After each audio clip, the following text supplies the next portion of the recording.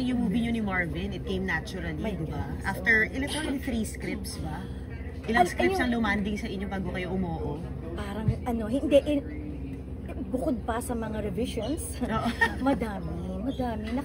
Siguro mga nakatatlong beses na kami na mag-picture, na may meeting para sa movie. Pero sabi ko lang, huwag na tayo mag-picture, huwag natin i-post para matuloy. Pero wala pala sa ganun yun. Yung parang nag-jinx ba? Wala pala sa ganun yun. Pag nakita mo talaga at nahawakan mo yung script na gusto mo, yun na yun. matutuloy siya. Oo. Ang dami talaga. Ito ang parang opening salvo ng Philippine cinema after MMFF, di ba? Para, no? Hindi ba yung Jan, Kim? Feb din yun. Feb 12. Feb 12. Feb 12. Ay, yata I'm not sure. Sa amin, mga bandang 20 plus. 20 plus. Basta February. Gusto talaga namin February. Valentine's. Yes. At saka after 25 years. Grabe. Isang buong tao na yun. Oo. Nagtatrabaho na. Sabi na namin ni Marvin, siguro, kung nagkatuluyan tayo, anak natin talaga si Loisa. Yung edad ni Loisa.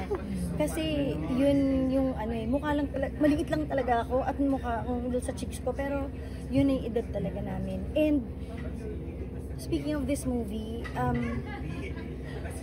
merong mga moments sa movie na parang hindi na namin sinusunod ko na nasa script. Tapos biglang sabay kami ng gusto namin sabihin. Tapos merong isang eksena rin hindi naman dapat iyak. Pero yung tears of joy namin, naiyak kami. Dahil na-appreciate namin yung isa't isa. So gusto namin na yun sana yung maramdaman din ng mga tao na bago. Yung manonood na bago. At yung kasabay namin na in love, na friendzone na. Pero malalim yun di ba? Yung ex lovers. Parang it speaks more about hiwalayan. Tama ba? Siguro finding each other again. Depende yun sa manonood kung paano nila i-define ang ex-lovers. Kasi ang tanong din namin doon, kayo ang tanong ko din sa lahat, minsan meron akong mga gustong itanong na kapwa ko artista, para ba sa inyo, pwede talagang magkabalikan ng ex-lovers? Tingin mo? Sige. Sagutin mo na. Sagot ka. Pwede ba as lovers ulit? Or as depende, diba? So, basta yung nangyari sa amin ni Marvin doon sa movie ay somewhat nakaka-relate kami, hindi bilang mag-ex. Wow, hindi na naman namin. Hindi, hindi bilang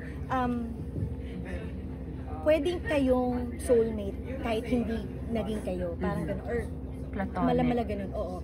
Or pwedeng nyo i-support pa rin yung isa't isa kahit na walang sobrang lalim na love.